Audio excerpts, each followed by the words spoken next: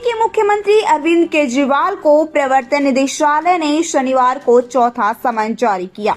ED ने उन्हें दिल्ली आबकारी नीति मामले में पूछताछ के लिए चौथी बार समन जारी किया है। ईडी ने दिल्ली के सीएम को 18 जनवरी को दफ्तर में शराब घोटाले मामले में पूछताछ के लिए पेश होने को कहा है। अब देखना यह है कि आपके राष्ट्रीय संयोजक चौथी बार पूछताछ में शामिल होते हैं या नहीं। इससे पहले ईडी ने दिल्ली आबकारी नीति मामले में दिल्ली के सीएम को 2 नवंबर 2023, 21 दिसंबर 2023 और 3 जनवरी 2024 को पूछताछ के लिए बुलाया था। तीनों बार ईडी के सामने पूछताछ के लिए मुख्यमंत्री अरविंद केजरीवाल पेश नहीं हुए।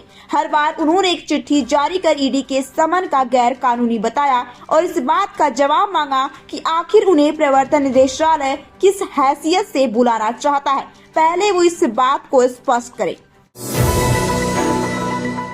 दिल्ली के मुख्यमंत्री अरविंद केजरीवाल को ईडी की ओर से शनिवार को चौथी बार समन जारी होने पर दिल्ली कांग्रेस के नेता संदीप दीक्षित ने बड़ा बयान दिया है। उन्होंने एक बार फिर कहा कि दिल्ली के सीएम को ईडी के दफ्तर में जाकर बातचीत में शामिल होना चाहिए। उन्होंने आगे कहा कि कांग्रेस अध्यक्ष मल्लिकार्जुन खड़गे, सोनिया गांधी और राहुल गांधी को जब भी ईडी ने समन किया था तो वे वहां गए। सीएम केजरीवाल को भी जाना चाहिए और अपनी बात सामने रखनी चाहिए। संदीप दीक्षित ने कहा कि ईडी का समन तो आना तय था। नियमानुसार ईडी किसी को बुलाता है तो वो व्यक्ति किसी पद पर क्यों न हो समय निकाल कर जाना चाहिए।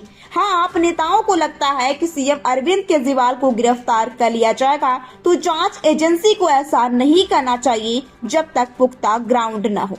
चुने हुए सीएम के अनुसार नियमानुसार ही ईडी को कार्रवाई करनी चाहिए।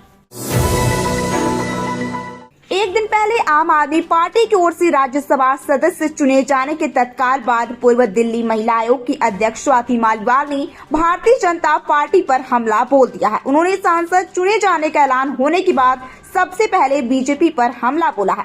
नवनिर्वाचित सांसद मालिवाल ने बीजेपी पर तंज कसते हुए बिल्किस बानो का मुद्दा उठाया और बीजेपी नेताओं को कटघरे में खड़ा किया। दिल्ली के अखिल भारतीय आयुर्विज्ञान संस्थान में हमेशा से इलाज कराने वाले मरीजों और उनके परिजनों की ओर से लंबी लाइनें लगने की शिकायतें मिलती रहती हैं, जिस कारण कई बार इंतजार में मरीजों और उनके तीमारदारों को एम्स के बाहर खुले में रात गुजारनी पड़ती है। गर्मी के मौसम में तो फिर भी लोग कहीं भी कैसे भी रात गुजार लेते हैं, लेकिन सर्दियों के मौसम में होती है जब मरीजों के साथ उनके परिजन भी खुले में रात बिताने को मजबूर हो जाते हैं। लेकिन अब ऐसे मरीजों और उनके परिजनों के लिए राहत भरी खबर यह है कि एम्स प्रशासन विश्राम सदन में खाली बेड की जानकारी के लिए अब डैशबोर्ड की सुविधा की शुरुआत करने जा रहा है। राजधानी दिल्ली के प्राइवेट स्कूलों में नर्सरी में एडमिशन के लिए प्रोसेस कल यानी कि शुक्रवार से शुरू हो चुकी है। लगभग 1800 प्राइवेट स्कूलों ने सामान्य श्रेणी के बच्चों के लिए नर्सरी, केजी और क्लास 1 में एडमिशन के लिए पहली मेरिट लिस्ट कल जारी कर दी है। ड्रा के बाद जारी की गई लिस्ट के बाद कई अभिभावकों के चेहरों पर खुशी के भाव नजर आए, तो वहीं कईयों की आंखें लिस्ट में उनके बच्चे का नाम न आने से नम हो गई, जबकि कुछ अभिभावक मनचाहा स्कूल न मिल पाने से थोड़े निराश दिखे।